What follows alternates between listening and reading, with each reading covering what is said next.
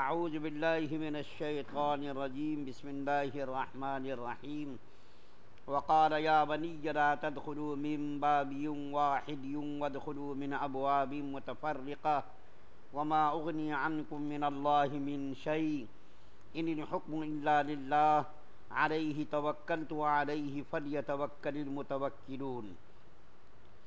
اور ساتھ ہی یہ بھی کہا کہ میرے بیٹو تم سب ایک دروازے سے شہر میں داخل نہ ہونا بلکہ مختلف دروازوں سے داخل ہونا۔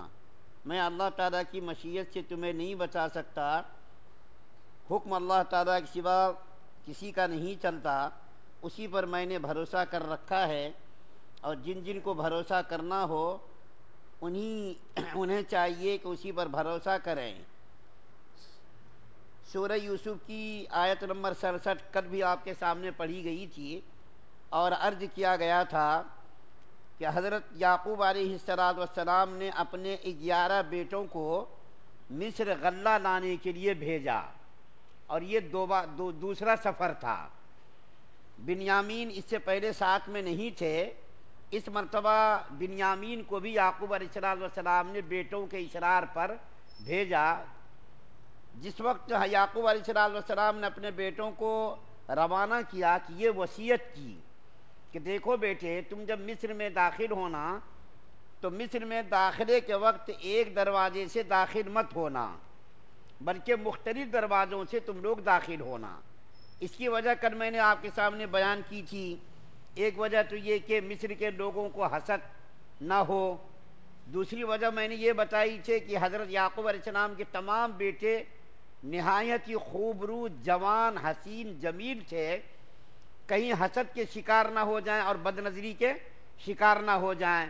تو بد نظری سے بچانے کے لیے حضرت یعقوب علیہ السلام نے اپنے بیٹوں کو یہ تاکید کی کہ سب الگ الگ دروازوں سے داخل ہونا، اور یعقوب علیہ السلام نے ساتھ ہی یہ بھی کہہ دیا کہ میں تم سے جو یہ کہہ رہا ہوں بطور تدبیر کے کہہ رہا ہوں، یہ میری تدبیر ہے، لیکن اصل بھروسہ تو اللہ کی ذات پر ہی کرنا ہے، اور وہی بھروسے کے قابل ذات ہے۔ ہمارا صرف کام کیا ہے؟ تدبیر کرنا۔ تدبیر کا مطلب کیا ہے؟ اسباب کا اختیار کرنا۔ یہ دنیا دار الاسباب ہے، اسباب کا اختیار کرنا یہ انسان کا کام ہے۔ ان اسباب میں تاثیر کا پیدا کرنا یہ اللہ تعالیٰ کی ذات پر منحصر ہے۔ اللہ تعالیٰ چاہے تو اس کے اندر تاثیر پیدا کر سکتے، نہ چاہے تو اس کی تاثیر کو نکال بھی سکتے۔ مثال کے طور پر دیکھیے، ہم بیمار ہو گئے تو ڈاکٹر کے پاس ہم گئے، ڈاکٹر نے ہمیں دوا دی، ہم نے دوا کھائی، تو دوا کے اندر تاثیر کا پیدا کرنا یہ اللہ کا کام ہے، ڈاکٹر کا کام نہیں ہے۔ ڈاکٹر کا کام صرف دوا دینا ہے، آدمی کو شفا عطا کرنا یہ اللہ تعالیٰ کی ذات پر منحصر ہے۔ اللہ اگر چاہیں گے تو اس دوا سے آدمی کو فائدہ ہوگا۔ اسی طریقے سے اگر آدمی کو اولاد نہیں ہو رہی ہے تو آدمی اسباب کو اختیار کر سکتا ہے، ڈاکٹروں کے پاس جا سکتا ہے، علاج کر سکتا ہے، یہ کوشش محنت کر سکتا ہے، لیکن علاج کے اندر تاثیر کا پیدا کرنا یہ انسان کے بس میں نہیں ہے۔ انسان کا کام صرف کوشش کرنا، محنت کرنا، تدبیر کرنا، جد و جہد کرنا، یہ انسان کے بس میں ہے، لیکن تاثیر پیدا کرنا یہ اللہ کے بس میں ہے۔ دیکھیے آپ کے سامنے میں کچھ مثال پیش کرتا ہوں کہ اللہ تعالیٰ نے دنیا کے اندر اشیاء کو پیدا کیا، اور ہر چیز کی کچھ نہ کچھ خاصیت پیدا کی۔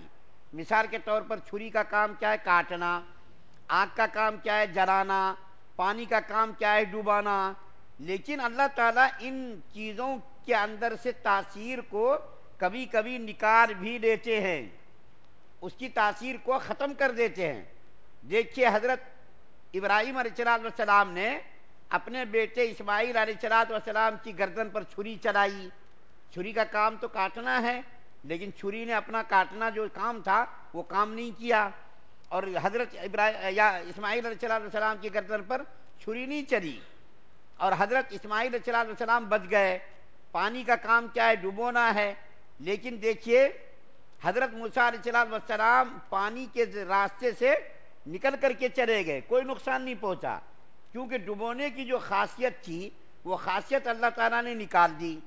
آگ کا کام کیا ہے؟ جلانا، لیکن اللہ تعالیٰ نے حضرت ابراہیم علیہ السلام کو جب نمرود نے آگ کے اندر ڈالا تو اللہ تعالیٰ نے اس آگ کے جلانے کی خاصیت کو نکال کر کے باہر کر دیا، اور ابراہیم علیہ السلام کے لیے وہی آگ گل گلزار بن گئی۔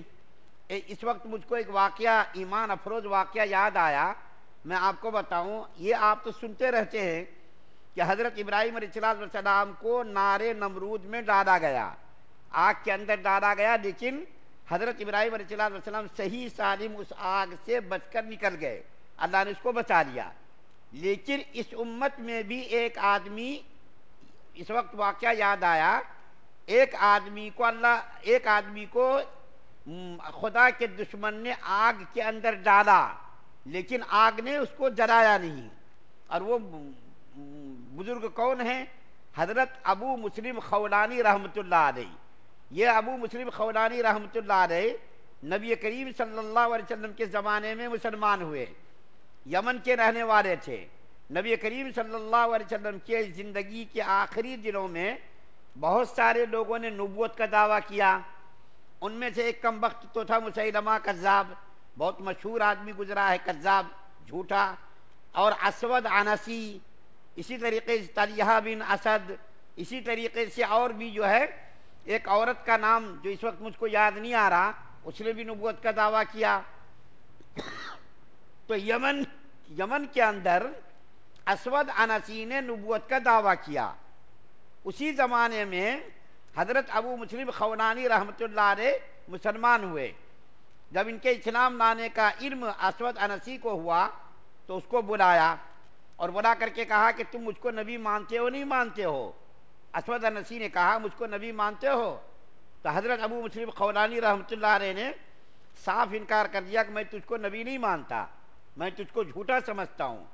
نبی تو مدینے میں ہے، نبی کریم صلی اللہ علیہ وسلم کی ذات ہے، اس کو میں نے نبی مان رکھا ہے، اس کے ماننے کے بعد تم کو میں نبی نہیں مان سکتا۔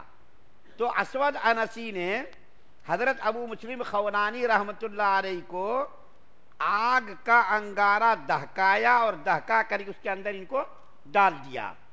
لیکن خدا کی قدرت دیکھیے، بھڑکتی ہوئی آگ، بھڑکتے ہوئے شعلے میں حضرت ابو مسلم خولانی رحمۃ اللہ علیہ بالکل صحیح سالم رہے، بال بھی ان کا بیکار نہیں ہوا، بال بھی نہیں جلا۔